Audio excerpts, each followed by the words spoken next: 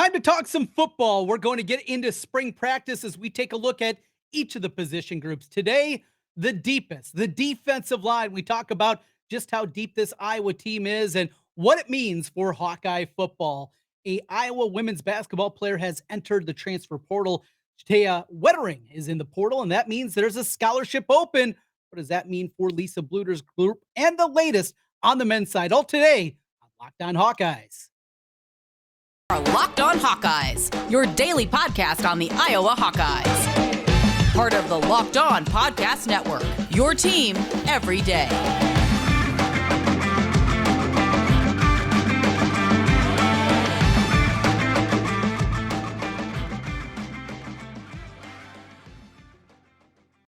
Welcome in once again. I'm Trent Condon, and this is the Locked On Hawkeyes podcast. Thanks for making Locked On Hawkeyes your first listen every day. We're available wherever you get your podcasts, Apple, Google, Stitcher, you name it, we are there. You can find us on Spotify and everywhere else. Hit a 5-star while you're there.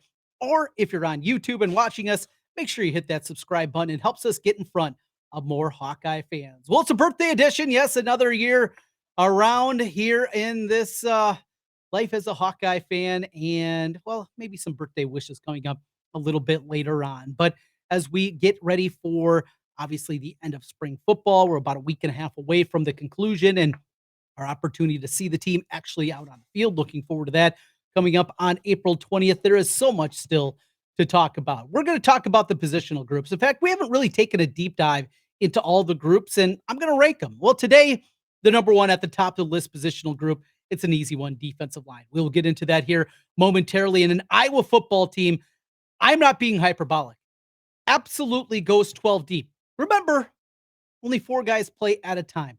Never in Iowa football has there been a positional group that I can remember that is this deep. That's how good this group is and has a potential to be absolutely outstanding, even with the loss of a potential first-round draft pick in Lucas Van Ness. We'll get into that here today. Talk a little football with you. The transfer portal continues to buzz. Yesterday was Ben Krikke on the men's side of things. Today, well, an addition by subtraction, if you will. Taya Wettering has entered the transfer portal, and there's been some hand-wringing out there. Iowa women's basketball without an open scholarship, well, how they can be recruiting. I've tried to calm your nerves, but here we are. Now it is official. There is an open scholarship. What does that mean for the women's basketball program? We will get into that. And with a potential target off the board, it looks like in Jordan Minor, where does Iowa men's team turn in that? We'll get into all that today, but I want to talk about this football team and what they have up front, because the more research that I've been doing, the more depth and knowledge that we get on this defensive front for Iowa football this year, the more crazy that it is. First of all, you start off with the returns this year. Joe Evans, Noah Shannon, 2 guys that absolutely would have had opportunities, if not hearing their name called in the NFL draft in the 6th, 7th round, absolutely would have had opportunities at the next level to get into a camp, to see what they can do and see if they could stick with the right team. They absolutely had that pedigree, but instead they made the decision to come back. And as we've talked about a lot with the transfer portal in basketball this week, well, the same thing here for football. NIL and the Iowa Swarm made it happen and made the money happen for for Noah Shannon and Joe Evans to return. So you got a couple of very experienced players starting things off. We know what Joe Evans can do off the edge. He is a playmaker. He's done that throughout his career. He has also turned himself into a more complete player, where he's not just that edge rusher, not just a pass rush specialist. There's a lot more to his game. He's become much better against the run and obviously elevated himself to becoming a 1-down player, where he's become a 3-down player at defensive end. And then Noah Shannon in the middle. Look, never going to have eye-popping numbers. We've seen that throughout what Iowa does in their front and those defensive tackles, but certainly has been an impactful player and a guy that started to play his best football in the season, his last season, and I think even more growth that is in front of him. But those are the guys coming back for an extra season, kind of a bonus year. Deontay Craig, what we saw out of him last year, he's got those long arms. He's 6'3", but he's got to have wingspan of 6'7", 6'8". He just crazy long arms, can get to the quarterback. You got that on the other side of Joe Evans. Also, Aaron Graves. We just saw him last year as a true freshman, playing in the middle there. But boy, he really popped. Logan Lee comes back for another year. You hope health is certainly going to be there. Y.A. Black. There's a player that when he has been out there, he's got a chance. 6'5". He's got to understand leverage a little bit better, but you continue to hear people rave about him in terms of athleticism with the biggest frame, if you will, for the defensive lineman and what he still can be, and still maybe just scratching the surface of what kind of player. Ethan Hurkett, a guy that when he has been healthy, he's been another one that's been able to get to the quarterback. We just saw a little bit of Max Llewellyn, but people rave about him. So we're already 8 deep, right? We're already 8 deep when we talk about this team and what they have. These are the guys that were listed as in the 2 deep that came out this spring as your starters. So you have that component. All right, we're 8 deep, and I think you can all, in varying degrees, feel very good to excellent about any of these guys. Well, this is what else now that we're adding to the mix. Caden Crawford, well-decorated kid from Kansas, came in with some big-time offers.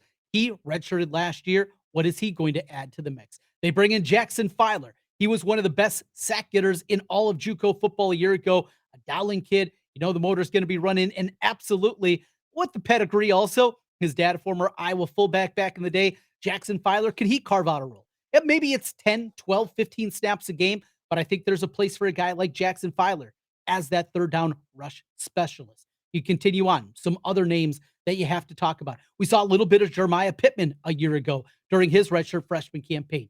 Big guy in the middle, I think can help out. Chris Reeves, huge frame on the outside. Can he give anything in his final season? And maybe the most impactful of the new guys or new names for this year is Ontario Thompson.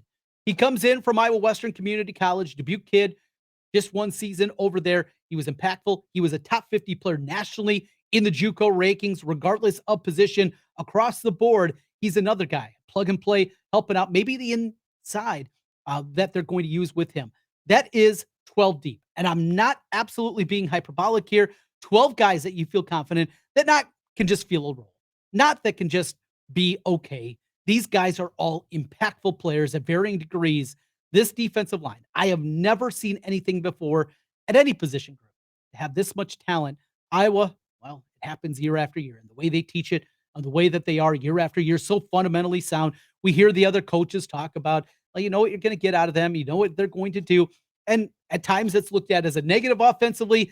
Defensively, that's a good thing.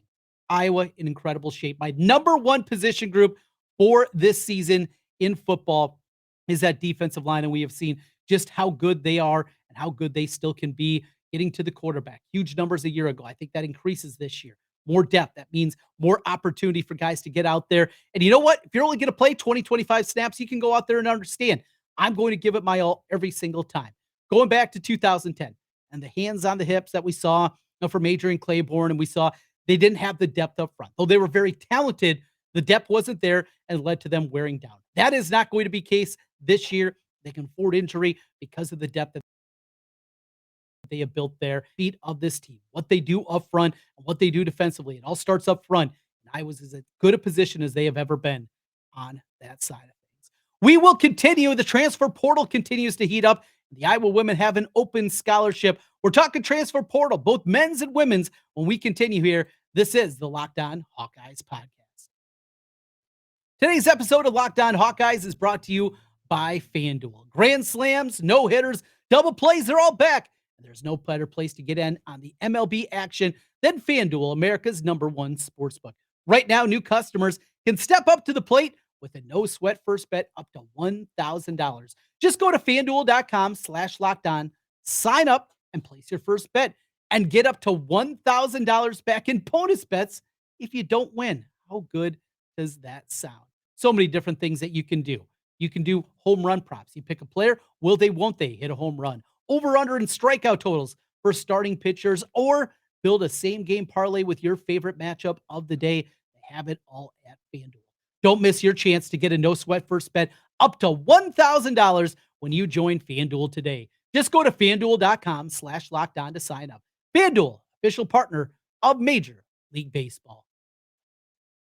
Trent Conner back with you once again here on the Locked On Hawkeyes podcast. Thanks as always for making Locked On Hawkeyes your first listen every day. As we continue here, the Hawkeye conversation over to some basketball talk. And what are the consternation that has been out there for a segment of the population that you've seen online, be it social media, Facebook, Twitter, Instagram, or on the message boards out there is, well, Iowa doesn't have an open scholarship. How could they be in the transfer portal looking for somebody? Well, we found out today, A, that's no longer true. Shatea Wettering has entered the transfer portal. That news first reported by Chantel Jennings of The Athletic. So she is departing. She is going to be looking for a new home. And that means, yes, there is an open scholarship. Now, we also told you yesterday that Iowa didn't have to have a scholarship available in order to make something happen. With NIL, with the collective, they could have made it possible and plausible that they could bring in a player as a walk on, yet they still get money to pay for that scholarship and even more on top of it. That was still a possibility. That was something that is out there. Well, I think the apple of many people's eye right now is Lauren Betts. Played basketball in high school with Addison O'Grady. You got a connection there. Part of Team USA with Caitlin Clark back a couple of years back. You have that connection. She was the number one player a couple of years back in her recruiting class. She's 6'7". She rebounds it well. She can score. She's incredibly athletic around the rim. She does a lot of things that would absolutely Monica Sinano, and congratulations to her. Hearing her name called in the WNBA draft and how cool that was. LA Sparks and Magic Johnson talking about her. Just an incredible moment. But I know that's a lot of people's apple of their eye. Now, there's some people out there that think maybe the ship has already sailed. A lot of people either pointing to Colorado, where she is from, where she played high school basketball with, Addison O'Grady. But UCLA appears to be the front runner. Now, I was going to continue to try. They're going to do everything possible, maybe try to get her in for a visit and see if they'd be able to set things up a little bit that way. That's still a possibility that they're working, but right now it appears that UCLA is the favorite. Maybe Colorado's the second choice. I was still trying to get involved with many people's number one target in Lauren Betts. Couple other names for you I want to throw out there. Another one, Lauren Ware from Arizona. She's 6'5".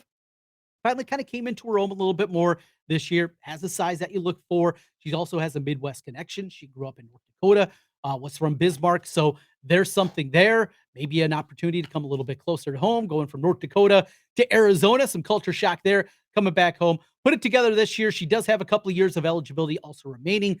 Injuries have also, along with the COVID year, something to look at there. Another name that has been bandied about, Camille Hobby, 6'3" from NC State. Another one started to come a little bit better this year. You saw her, of course, in the matchup between Iowa and NC State this past season. Not the size that we're talking about, that 6'5", 6'7" range, but at 6'3", post player definitely can help out. Maybe a 1-2 combo there.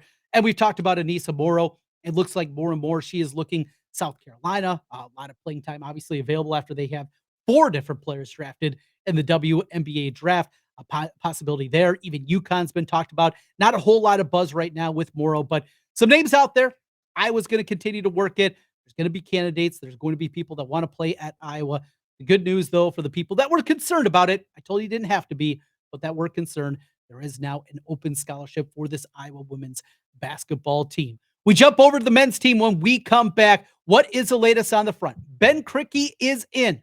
What about the other options that are out there? Well, it looked like there were 2 guys coming on a visit. Now that is down to 1. We'll give you the details as we continue on Locked On Hawkeyes.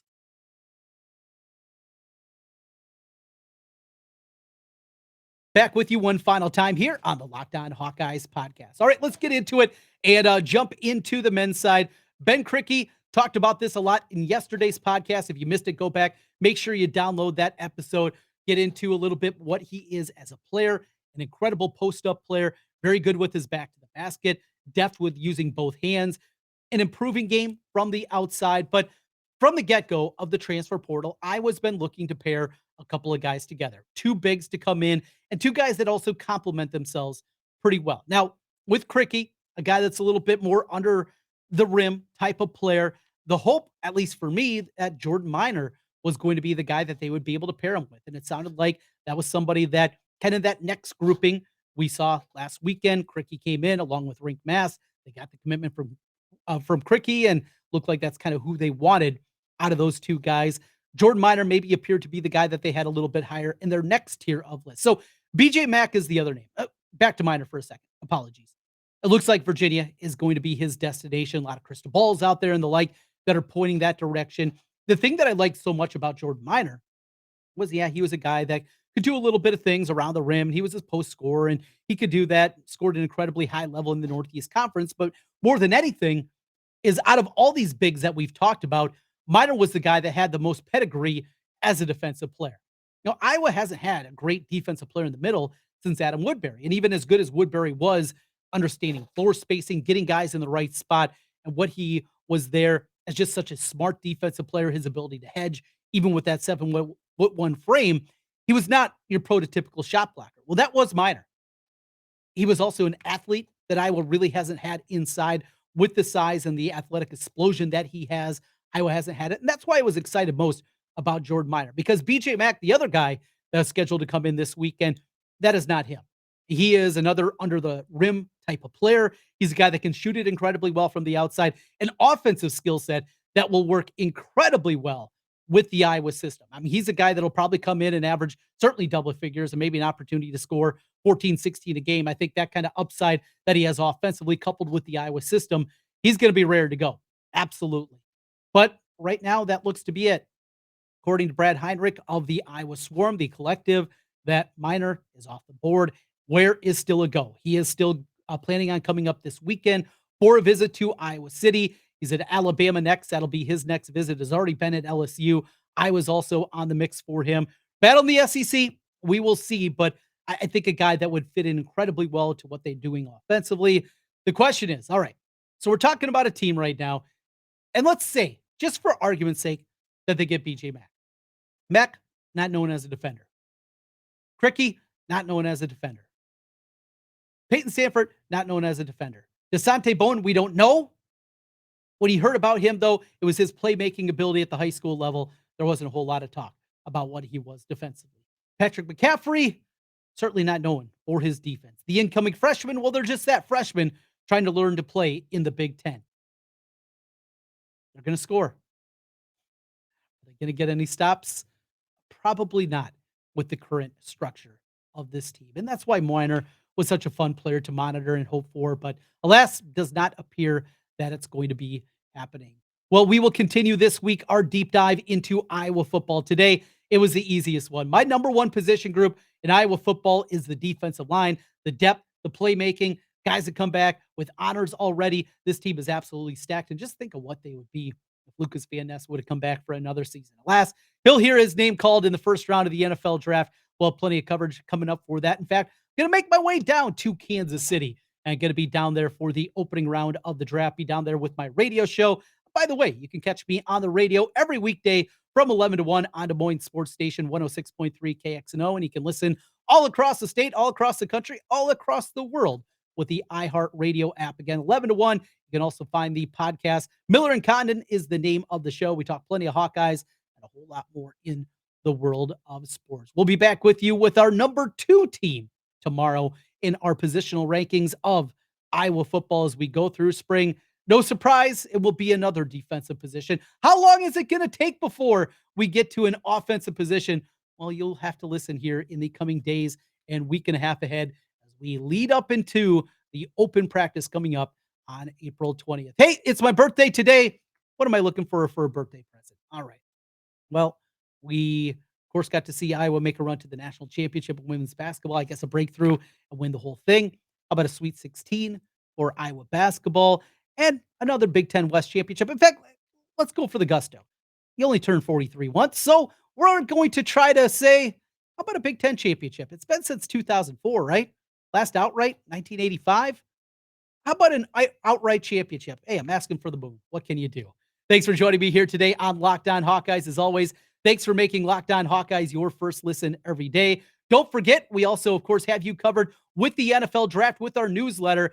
Go to Locked On and check out our newsletter. You can sign up for it. Great information. They got a lot coming up on the Hawkeye prospects and your favorite NFL team with the Locked On NFL Draft newsletter. We'll talk to you again tomorrow. Go Hawks.